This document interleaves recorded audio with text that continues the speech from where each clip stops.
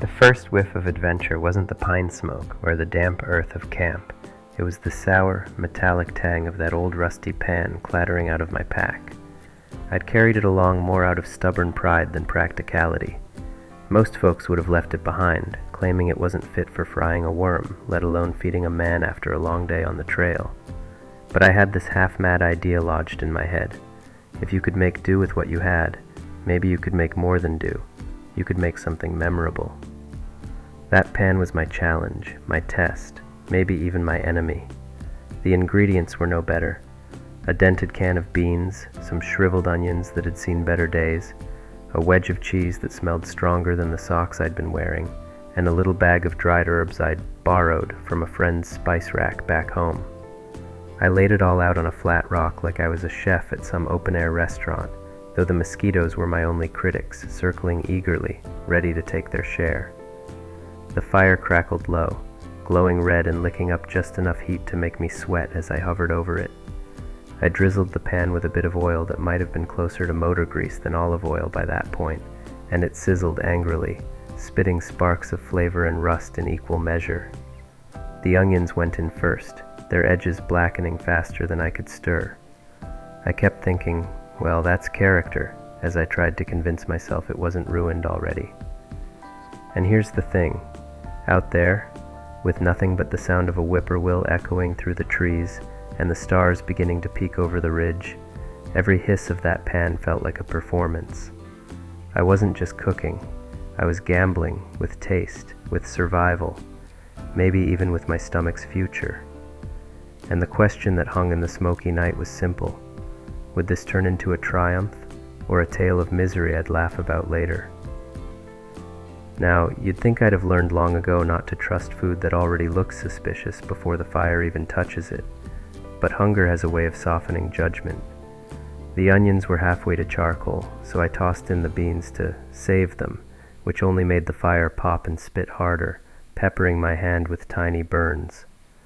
The smell that rose out of that rusty pan was complicated. Imagine the sweetness created a rustic campfire casserole.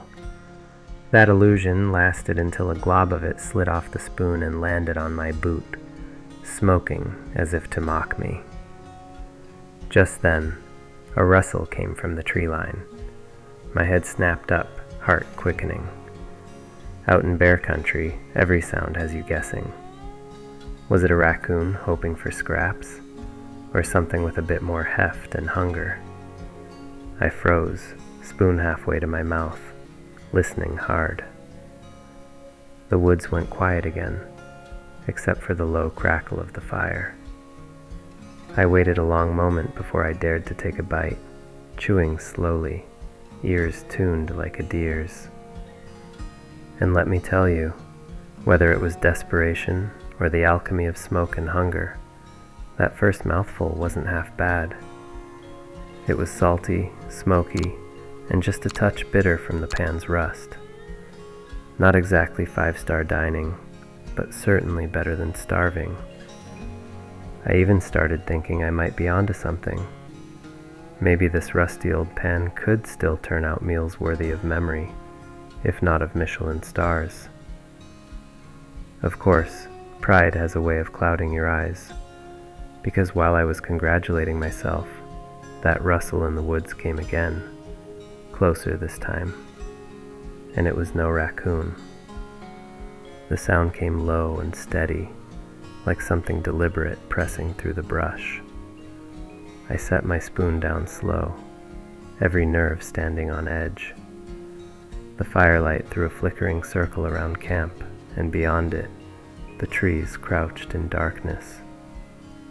Then, two glints. Eyes, wide apart, low to the ground, watching me. My breath caught in my throat. Bears had been spotted in these woods before, and though I'd taken care to hang most of my food, the scent of my improvised feast must have been enough to draw company. I eased back a step, trying not to trip on my gear scattered around camp. My hand went to the hatchet by the log. Not much good against a full-grown black bear, but holding it gave me courage. The fire cracked, and the beans hissed in the pan like they too were nervous. The eyes blinked once, twice, then shifted, edging closer. Wrestle a raccoon over half-burnt beans and cheese. So I struck a compromise. I scooped a spoonful, flung it into the shadows. The raccoon darted after it, disappearing in the leaves with a triumphant rustle. For a moment, the night was still again. I sat back down by the fire, shaking my head, chuckling softly, and finally let myself take another bite. Strange thing was, somehow, it tasted better after that. Maybe because I'd earned it, or maybe because, for the first time that night, I felt like I was dining in good company. I was halfway through convincing myself that this strange concoction was edging into delicious when the next mishap struck. The fire, which had been politely crackling along, decided to flare up the moment I leaned forward. One hungry lick of flame jumped the pan, and in the blink of an eye, half my beans were bubbling over the edge into the fire pit. The smell went from smoky sweet to acrid in a heartbeat, filling the clearing with the unmistakable scent of burnt cheese and despair. I yanked the pan back, nearly tipping the rest of it into my lap. The raccoon, still lurking just out of sight, must have thought it was his lucky night. He shot forward, grabbed a half-charred onion slice, and scampered back into the brush. I swear I could hear him crunching triumphantly, like some woodland judge passing verdict on my culinary skills. Determined not to lose the last of my dinner, I tried to steady the pan on a flat rock beside the fire. But that old pan had its own opinion. The warped bottom made it wobble like a drunk on ice skates, and sure enough, it tipped sideways. I lunged to catch it, nearly sticking my hand straight into the scalding mess. By some miracle, I saved most of it, though my spoon was now caked in ash and half-melted cheese strings. I scraped together what remained, plopped it back into the pan, and gave it a final stir. At this point, the meal bore no resemblance to food you'd find in a cookbook, or even in a roadside diner.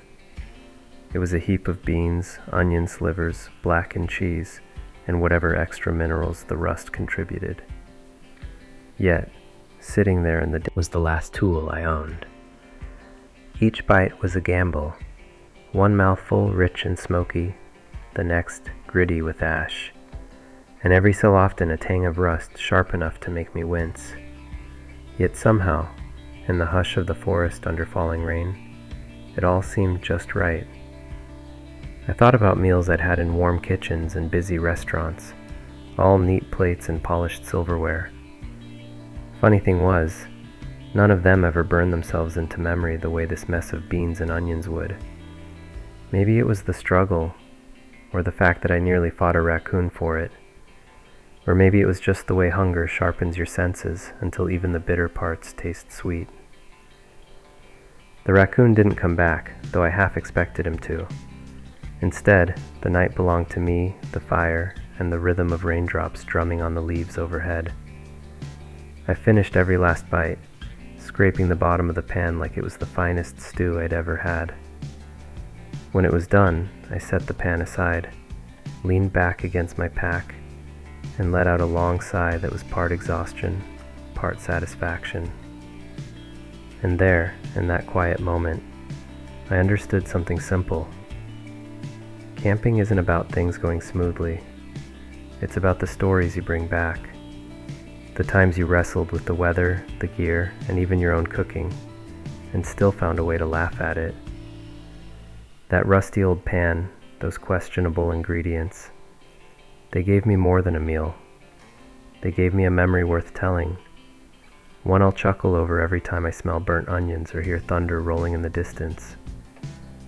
So if you ever find yourself staring at a fire with nothing but a beat-up pan and odds and ends of food, don't think of it as a disaster. Think of it as a recipe, not for fine dining, but for a story worth sharing by the campfire. And sometimes, that's the finest thing you can cook up out there.